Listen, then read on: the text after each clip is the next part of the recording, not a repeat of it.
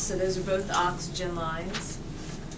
Scavenging line is going to be the white line, also the white line hanging there. Rebreathing system. Okay, the rebreathing system means everything is going to be rebreathed. So you need to have a Y piece, and you're going to hook up to your inhalation and your exhalation. Then you're going to get a rebreathing bag or a reservoir bag, either or. You're going to place it there. And this creates a rebreathing system. So let's go over the flow for the rebreathing system. All right. So you have oxygen that comes in to the flow meter. So you turn the flow meter on, that activates oxygen, and then it flows through here to the vaporizer. The vaporizer is on, it will pick up isoflurane. If it's off, it's just straight oxygen, okay? It comes down through here, through this black tubing, and if you open up the box on these machines, you'll feel a metal pipe that goes from there, down through here, and out this other side. See that? So that's all oxygen and anesthetic gas that's on. Come through here, come up here, and come down through your inhalation valve. So some will go straight to your patient down this side, and some will go into the reservoir bag.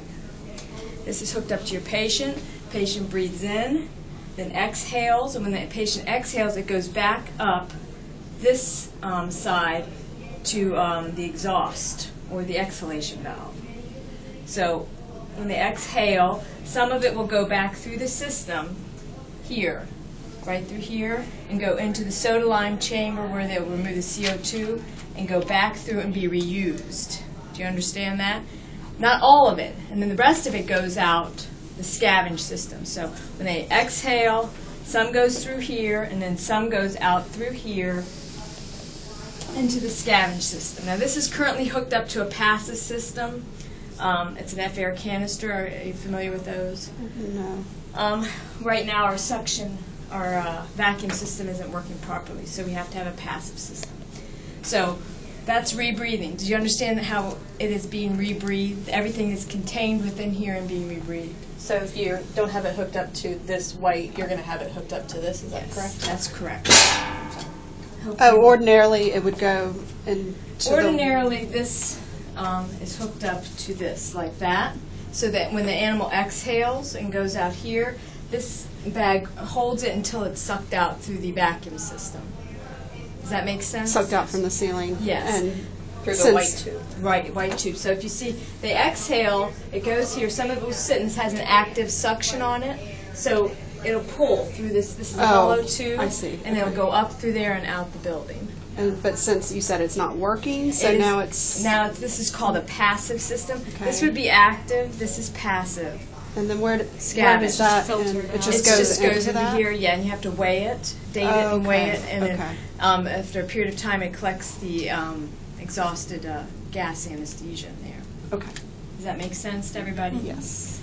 Okay. So we all understand that rebreathing means that it goes, things are being rebreathed. That means you have the soda lime canister in place. Okay? Now, non-rebreathing is just what it says, non-rebreathing. It's used for patients, under 15 pounds. I use it 10. 15 is a little bit big, but I think your book says something. You have to look that up. 7 kilo, yeah. So that's rebreathing.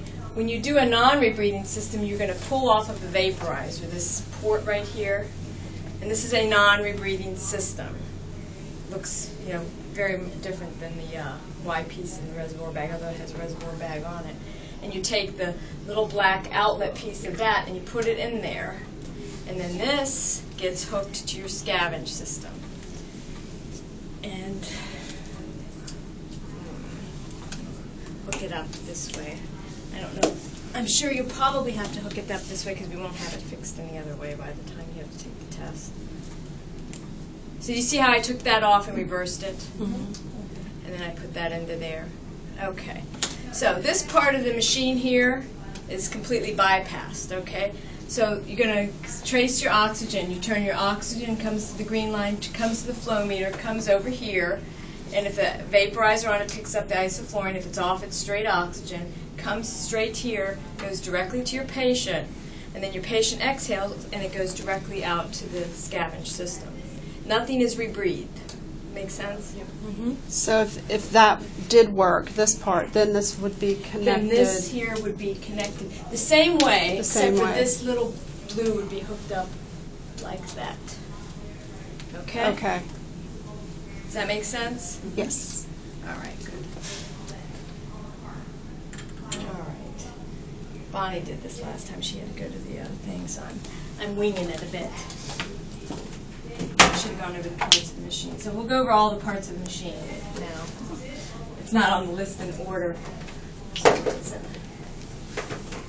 All right.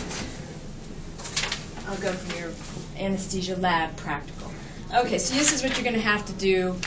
So you're going to have to identify the O2 line. So we'll say O2 line. So you'll pick up the green O2 line, right? Mm-hmm. Flow meter. This is the flow meter. Vaporizer. This is the soda lime canister. These are unidirectional valves here. So when the patient exhales, some of it may go back up there, but it's not going to let it get past point because it's only going to let it flow one way.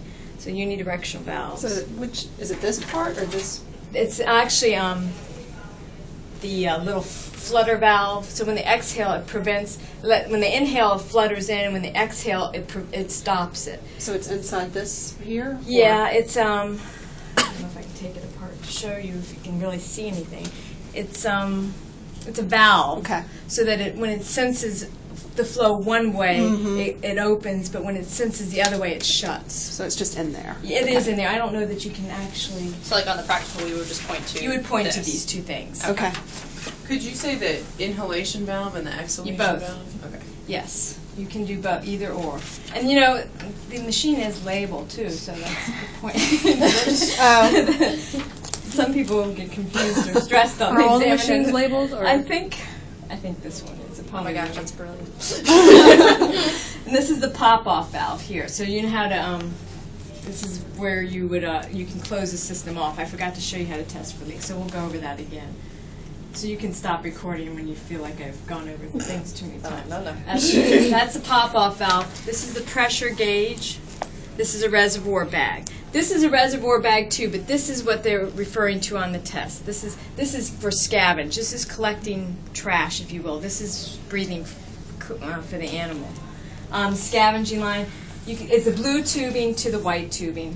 We'll call it, okay? Blue to white, in case it's hooked up to the F-air canister.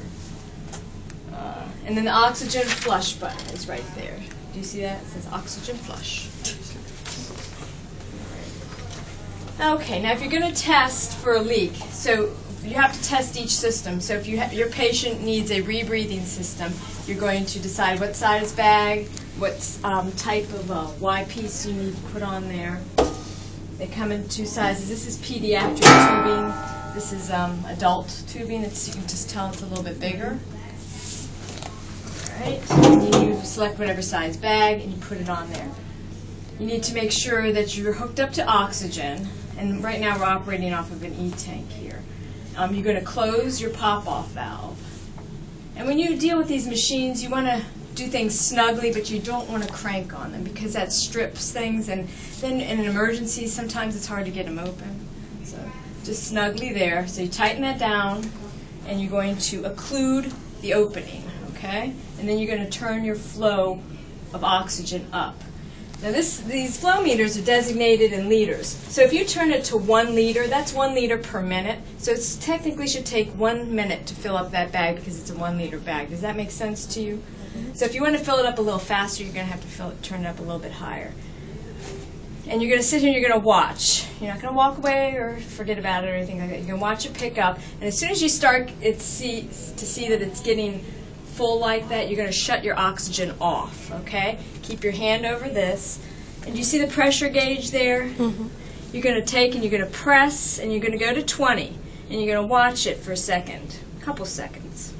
And make sure that it's not losing, which I don't think it is. Doesn't look like it. No. So that means there's no leak. A slight leak is the way most